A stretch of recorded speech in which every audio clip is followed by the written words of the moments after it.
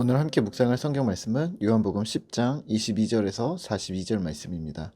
요한복음 10장 22절에서 42절 말씀입니다. 오늘은 25절, 26절, 27절 말씀을 읽어드리겠습니다. 예수께서 대답하시되 내가 너희에게 말하였으되 믿지 아니하는도다. 내가 내 아버지의 이름으로 행하는 일들이 나를 증거하는 것이거늘 너희가 내 양이 아니므로 믿지 아니하는도다. 내 양은 내 음성을 들으며 나는 그들을 알며 그들은 나를 따르느니라. 아멘. 오늘 함께 생각할 주제는 고정 틀입니다. 오늘 10장 22절에서는 예루살렘의 수전절에 이르렀는데 유대인들이 예수님을 에워싸고 이렇게 묻습니다. 24절입니다.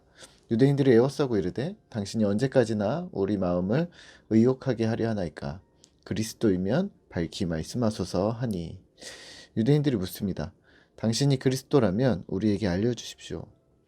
오늘 본문에서는 유대인들이 정말로 예수가 그리스도임을 몰라서 묻는 것인가, 아니면 정말로 예수님을 그리스도로 인정하고 믿기 위해서 묻는 것인가 약간 헷갈립니다. 하지만 25절에 보시면 예수님께서 이렇게 대답하십니다. 25절입니다. 예수께서 대답하시되 내가 너희에게 말하였을 때 믿지 아니하는도다. 내가 내 아버지의 이름으로 행하는 일들이 나를 증거하는 것이거늘. 26절입니다. 너희가 내 양이 아니므로 믿지 아니하는도다. 아멘. 예수님께서 대답하시기를 너희가 나를 믿지 않는다. 나는 이미 너희에게 말했다라고 얘기합니다. 그리고 아버지의 이름으로 행하는 일들이 이미 내가 하나님의 아들, 내가 하나님임을 증거한다고 말하고 있습니다. 하지만 그들의 마음을 간파하고 계셨던 거죠. 26절입니다. 너희가 내 양이 아니므로 믿지 아니한도다. 너희가 와서 자꾸 질문하는데 결국에는 너희가 나를 믿지 않기 때문에 다시 묻는 것 아니냐? 그리고 너희가 다시 묻는 이유, 믿지 못하는 이유는 내 양이 아니기 때문이라고 말씀하십니다. 그러면서 이렇게 얘기하십니다. 27절입니다. 내 양은 내 음성을 들으며 나는 그들을 알며 그들은 나를 따르느니라. 아멘. 질문 하나 드릴까요? 오늘 유대인들은 왜 예수님을 믿지 못했을까요? 내 양은 내 음성을 들으며 주를 쫓는다고 말씀하셨는데 왜 유대인들은 주를 쫓지도 않고 주의 음성을 듣지도 않은 걸까요? 그건 유대인들 자신들의 머릿속에 있는 메시아, 그리스도에 대한 고정 틀이 있었기 때문인 듯 합니다. 예수님을 믿지 못하는 것은 당연했고 예수님을 오히려 죽이려고까지 합니다.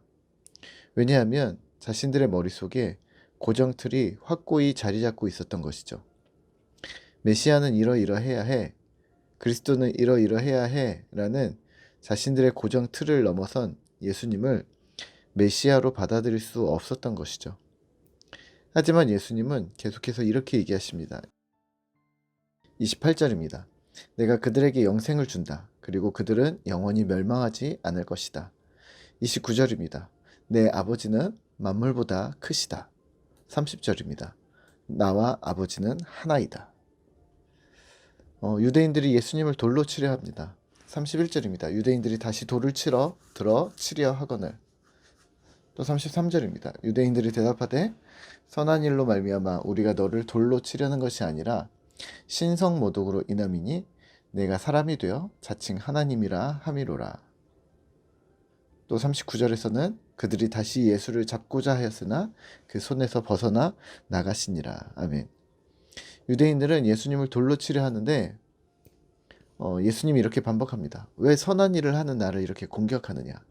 그리고 그들의 대답은 선한 일 때문에 공격하는 게 아니라 신성 모독으로 인해 돌로 치려 한다. 자칭 하나님이라고 말하기 때문이다 라고 얘기합니다. 평생 앞을 보지 못하는 안타까운 인생을 구하는 선한 일보다 신성 모독이 그들에게는 더욱 중요한 일이었던 듯합니다. 과연 유대인들이 생각하고 있었던 메시아는 어떤 것이었을까요? 정말로 로마라는 압제에서 구해줄 메시아, 영웅이 필요했던 걸까요? 예수님이 영웅이 아니라서 화가 난 걸까요? 오늘 본문의 유대인들을 본다면 굳이 로마에서 구원해 주는 것을 원하는 것 같아 보이진 않습니다. 그들이 원했던 메시아는 자신들의 기득권을 유지시켜주고 또 자신들이 가진 종교적인 지도자의 역할에 손해를 입히지 않는 메시아, 그러면서 유대교라는 조직을 더 튼튼하게 만드는 메시아, 자신들의 왕국에 도움이 되는 메시아가 필요했던 듯합니다. 오늘 그러한 메시아라는 틀 안에, 그 고정 틀 안에 예수님은 그들의 메시아관 안에 맞아 떨어지지 않았던 것이죠. 되려 예수님은 더 위협적인 존재였을 수도 있고 또 자신들의 어떤 법칙들을 넘어서거나 무너뜨릴 수 있는 존재라고까지 생각했었던 듯합니다. 그럼에도 불구하고 로마의 실정법상 누군가를 죽일 수 있는 권위가 없었던 유대인들은 예수님을 돌로 치려 하고 잡으려 했습니다.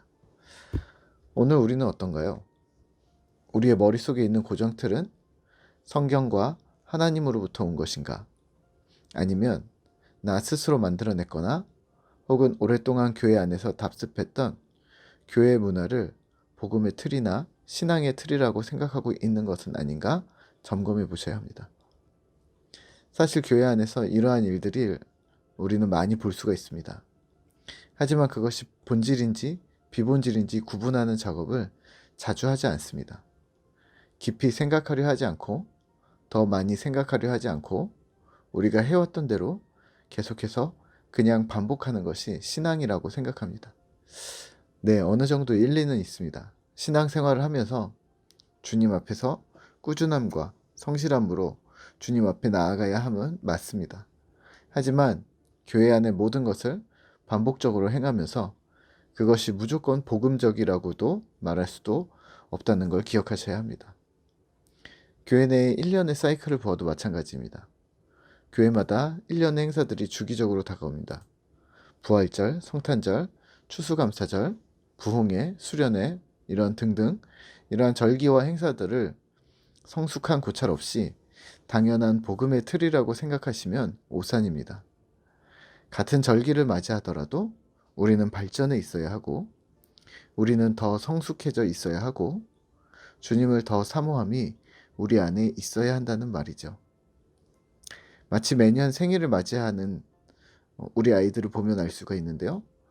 매년 맞이하는 생일이 관성이 아닌 우리 자녀들이 초등학생이 되고 중학생이 되고 성인이 되고 취업을 하고 결혼을 하는 것을 옆에서 보는 것처럼 같은 사건이라도 우리의 신앙 또한 아이들이 커가는 것처럼 매 순간 자라나야 한다는 말입니다. 오늘 하루 우리가 당연히 해왔던 고정틀은 무엇인가? 성경과 하나님 앞에서 그리 해도 되는가 점검하는 하루가 되기를 소망합니다. 금주는 꿈터 공동체에서는 성찬식을 할 텐데요. 이 성찬이 우리에게 당연한 것이 아닌 또 다시 주님의 뜻을 기억하고 되새기는 귀한 시간이 되기를 믿음 안에서 개개인이 자람과 동시에 공동체가 함께 성숙하는 귀한 일들이 우리 가운데 있도록 기도해 주십시오. 오늘도 파이팅입니다. 함께 기도하겠습니다. 하나님 감사합니다. 오늘 우리가 우리 안에 있는 고정틀은 무엇인가 우리가 다시 한번 돌아봅니다. 혹 우리가 교회 생활을 하면서 혹은 우리가 오랫동안 신앙생활을 하면서 부지불식간에 우리의 몸 가운데 우리의 생각 가운데 자리 잡은 어떠한 패턴이 신앙이라고 생각하고 있는 것은 아닌지요.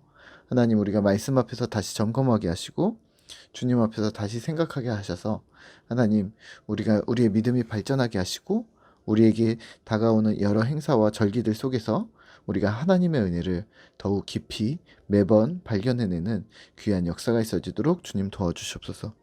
오늘도 우리 가운데 함께 하시는 주님을 기대합니다. 예수님의 이름으로 기도드립니다. 아멘.